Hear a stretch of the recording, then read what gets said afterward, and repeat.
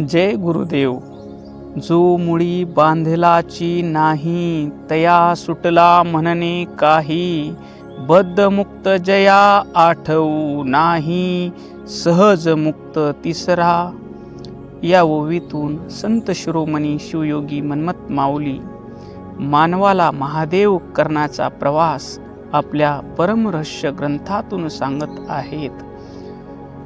या ओवीतून सिद्ध मुक्त पुरुषाचं स्वरूप सांगत आहेत, जे महापुरुष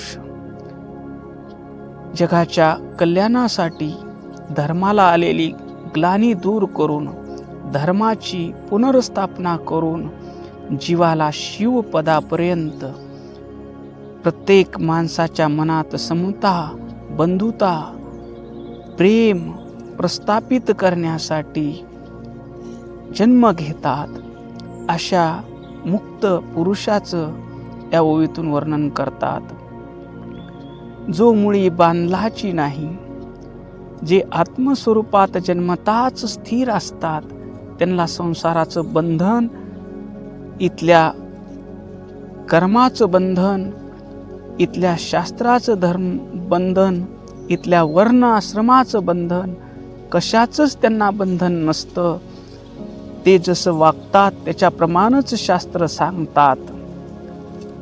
असे नित्यमुक्त पुरुष बांधलेलेच नाही, त्यांना सुटला म्हणणं. कसं सुटला म्हणावं असे म्हणतात. बद्ध मुक्त आणि सहज मुक्त तीन प्रकार सांगतात. बद्ध म्हणजे मी संसारात गुरफटलो आहे अशा भावनेत राहून जो सुख आलं की हुरळून जातो आणि दुःख आलं की रडत बसतो, त्याला बद्ध म्हणावं. आणि सद्गुरु कृपेनं ज्याचं बंधन सुटलं तो म्हणतो मी मुक्त झालो, मी मुक्त झालो. असा सूक्ष्म अहंकारही त्याच्या ठिकाणी असतो. यालाही तो बंधनातच आहे, कारण अजून मी बद्ध होतो, आता मुक्त झालो, अजून त्याचं द्वैत गेलेलं नाही. पण माऊली म्हणतात तिसरा सहज मुक्त. सहज मुक्त म्हणजे त्याच्या ठिकाणी बंधनाची आठवण नाही आणि मोक्षाची आठवण नाही, असा पुरुष. हा झाला या ओवीचा सरळ भावार्थ. आता या ओवी प्रमाणे संताचं जीवन कसं असतं ते आपण महात्मा बसवांनाच्या चरित्रावरून पाहू. अण्णा बसवांना 8 वर्षाचे असताना त्यांच्या वडिलांनी, माधीराजांनी बसवांनाला सांगितलं की बसवा, तू 8 वर्षाचा झाला आहेस, तुझी आता मुंज करावी लागेल.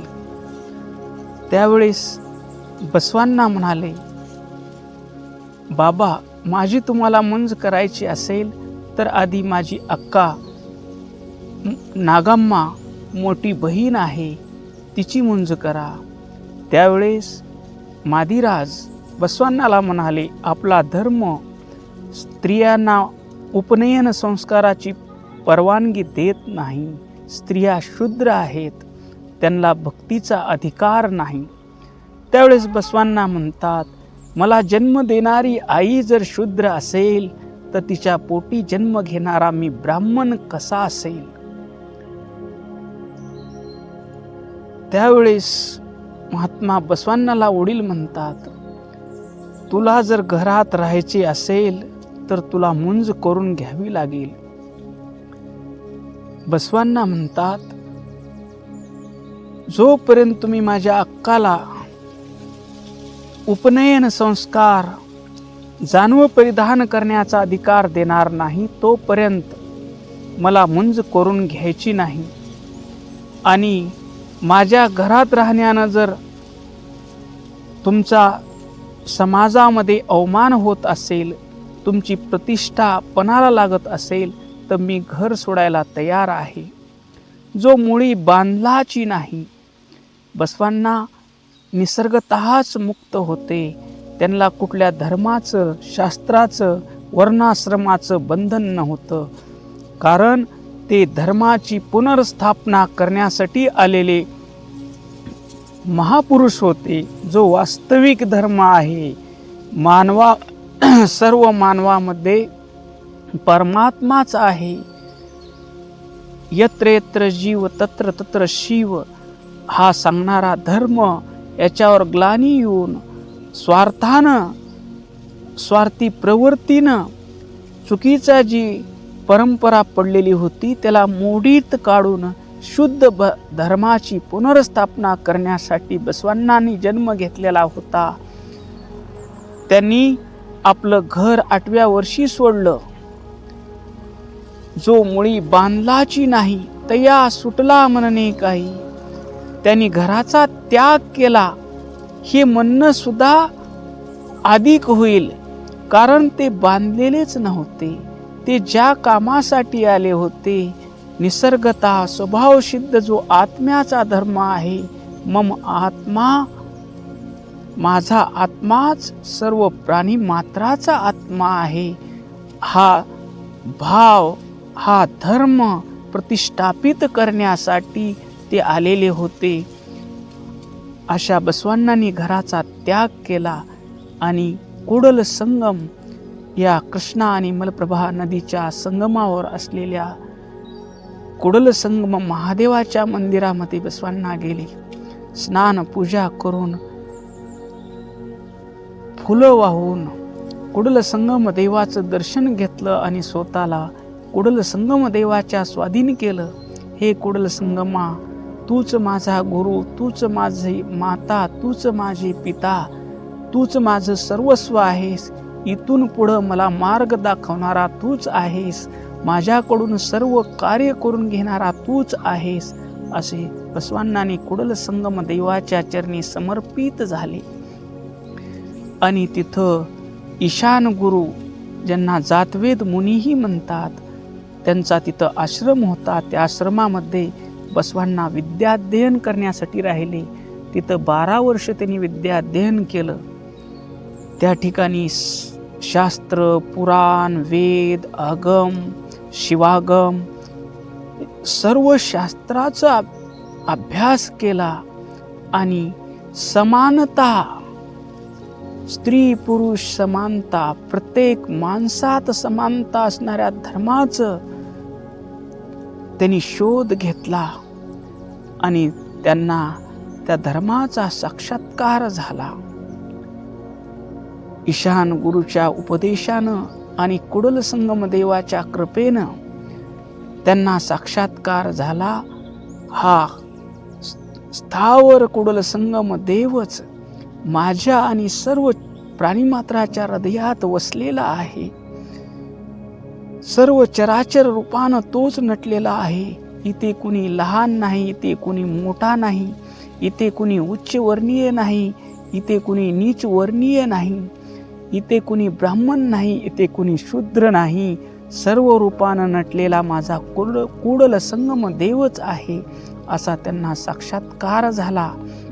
आणि त्यांनी कुडल संगम देवाचं प्रतीक असलेलं इष्टलिंग, हृदयातल्या आत्मस्वरूपाचं प्रतीक असलेलं अंगुष्ठ मात्र इष्टलिंग गळ्यात धारण केलं आणि पुढच्या सामाजिक कार्यासाठी त्यांचा प्रवेश झाला. बिच्चल राजाच्या दरबारामध्ये बसवांनांनी कारकून म्हणून तिथं त्यांना नोकरी मिळाली. तिथल्या भ्रष्टाचार करणाऱ्या अधिकाऱ्याला ते प्रामाणिकपणा शिकवू लागले. भूक लागली म्हणून काय तुम्ही रुचकीचे फळ खाणार का? तहान लागली म्हणून विष पिणार का? प्रामाणिकपणे काम करा. त्यांनी कोषागाराचा कारभार अत्यंत प्रामाणिकपणे सांभाळून राजाला त्याच्या उत्पन्नात वाढ करून दिली. त्याचं बक्षीस म्हणून बसवांनाला तिथलं फायनान्स मिनिस्टर, वित्त मंत्रालयाची जबाबदारी दिली. वित्त मंत्री म्हणून काम करत असताना त्या बिच्चल राजाच्या आसनाखाली, आसन बाजूला ठेवत असताना एक ताम्रपत्र सापडलं. त्यांचं सिंहासन काहीतरी कामानिमित्त बाजूला ठेवत असताना त्या ताम्रपत्रावरला मजकूर कुणालाच वाचता येत नव्हता. त्यावेळेस बसवांनानं वाचून दाखवलं की या सिंहासनाखाली सोन्याच्या मोहरा आहेत. त्या राजानं तिथं सिंहासनाच्या जागा खोदल्यानंतर तिथं खरंच मोहऱ्या निघाल्या. बसवांनाची बुद्धिमत्ता बघून त्यांना कल्याण राज्याचं प्रधानमंत्री पद दिलं. प्रधानमंत्री पद दिल्यानंतरही मी प्रधानमंत्री आहे या लौकिक बंधनात ते बांधले नाहीत. ते घोड्यावरून जात असताना रस्त्यानं बसलेला चांभार असो त्याला शरणार्थी म्हणून नमस्कार करायचे. धुणं धुवायला जाणारा धोबी असो त्यालाही नमस्कार करायचे. हे पहिल्यांदाच घडत होतं. राज्याचा प्रधानमंत्री हरळ्या चांभाराला शरणू म्हणून नमस्कार करत होता आणि हरळ्या चांभार शरणार्थी बसवांना म्हणून नमस्कार करत होता. धुणं धुवायला घेऊन जाणारा धोबी मडिवाळ माचीदेव बसवांना त्याला शरणू म्हणून नमस्कार करायची आणि मडिवाळ माचीदेव शरणार्थी म्हणायचं. असं सर्व समाजातल्या ज्यांना कुणी जवळ घेत नव्हतं अशा दीन दुबळ्या लोकाला जवळ घेतलं. त्यांना आत्मसन्मान जागा केला. तुम्हाला मंदिरात येऊ देत नाहीत, हरकत नाही. तुमचं देह हे देवालय आहे आणि तुमच्या गळ्यात बांधलेला इष्टलिंग हा देव आहे. म्हणून त्यांनी सर्वांना लिंगायत धर्माची दीक्षा दिली. तिथं नुली चंदय्या, मातंग चन्नय्या, ढोर कक्कय्या, मडिवाळ माचीदेव, किन्नरी बोमय्या असे सर्व जाती धर्मातील जे लोक होते ज्यांना शिक्षणापासून धर्म मार्तंडाने नाकारलेलं होतं, त्यांना शिक्षणाचा अधिकार नाकारलेला होता, अशा उपेक्षित लोकांना न्याय देण्यासाठी बसवांनांनी त्या ठिकाणी अनुभव मंडप नावाची जगातली पहिली संसद स्थापन केली आणि त्या संसदेमध्ये सर्व जाती धर्माच्या लोकाला त्यांची मी शूद्र जातीचा आहे असा त्यांचा जो समाजानं उपेक्षा केलेली होती ते दुखावलेला अभिमान दूर करून तू लिंग बांधलेला लिंगायत आहेस म्हणून आपल्या बाजूला बसून घेऊन सन्मान दिला. त्यांना लिहायला वाचायला शिकवलं आणि त्यांचा आत्मसन्मान जागवण्यासाठी त्यांना काये कवे कैलास महामंत्राची दीक्षा दिली. तुम्ही जे काम करत आहात त्या कामामध्येच देव आहे. तुम्ही हे काम म्हणजे माझं देव आहे समजून काम करा. ते काम करत असताना तुमच्या हृदयावरला इष्टलिंग ज्यावेळेस घामाने भिजेल त्यावेळेस तुमच्या इष्टलिंगाचा खरा अभिषेक होईल असं बसवांना सांगायचे. आणि त्या अनुभव मंडपात येणारा प्रत्येक शरण गायक करत होता, काम करत होता आणि संध्याकाळी अनुभव मंडपात येऊन आपले अनुभव सांगत होता. ते अनुभव म्हणजे वचन संपदा होती. संसारी म्हणजे संसारात राहिलेला माणूस म्हणजे बांधलेला असं शास्त्र सांगायचं आणि संसार सोडलेला माणूस संन्यासी म्हणजे मुक्त असं शास्त्र सांगायचं. बसवांनांनी संसार आणि संन्यास हे दोन्हीही बाजूला सारून जिथं तुम्ही काम करत आहात ते काम म्हणजेच कैलास आहे आणि तुम्ही ईश्वराचे शरण आहात. शरण संस्कृती निर्माण केली. देव पती आहे, तुम्ही सती आहात, शरण आहात. तुम्ही काहीही करत नाही, तुमच्याकडून देव काम करून घेत आहे. तुम्ही जे कार्य करत आहात ते देवाचेच कार्य आहे असं समजून त्यांना अकर्ते भावात आणलं. त्यांना सहज मुक्तीचा मार्ग दाखवला. बसवांना हे सगळं करत असताना मी राजा आहे या बंधनात नव्हते आणि मी या लोकांना दीक्षा देत आहे, यांचा गुरु आहे या अहंकारातही नव्हते. ते सहज मुक्त होते. बसवांना माझ्याकडून कुडल संगम देव करून घेत आहे म्हणायचे. हा कोणाचा म्हणू नका, हा अमुचा म्हणवा. कुडल संगम देवा तुमच्या घरचा पुत्र म्हणवा. असं सगळ्या लोकाला त्यांनी उपेक्षिताला हृदयाशी लावून घेऊन त्यांना आत्मसन्मान दिला. आणि लिंगायत धर्म स्वीकारलेल्या मधुवरस ब्राह्मण आणि हरळया चांभार यांच्या मुलामुलीचा विवाह त्यांनी अनुभव मंडपात करून दिला. त्यावेळेस त्या मधुवरस ब्राह्मण आणि हरळया चांभार या दोघांना आणि त्यांच्या मुलाला आणि मुलीला राजा बिज्जलानं ज्यावेळेस मृत्यूदंडाची शिक्षा फरमावली त्यावेळेस बसवांनांनी प्रधानमंत्री पदाचा राजीनामा दिला. एका क्षणात सोन्याचं मुकुट काढून ठेवलं. मी जर या पदावर बसून जर न्याय करू शकत नसलो तर हे पद मला नको.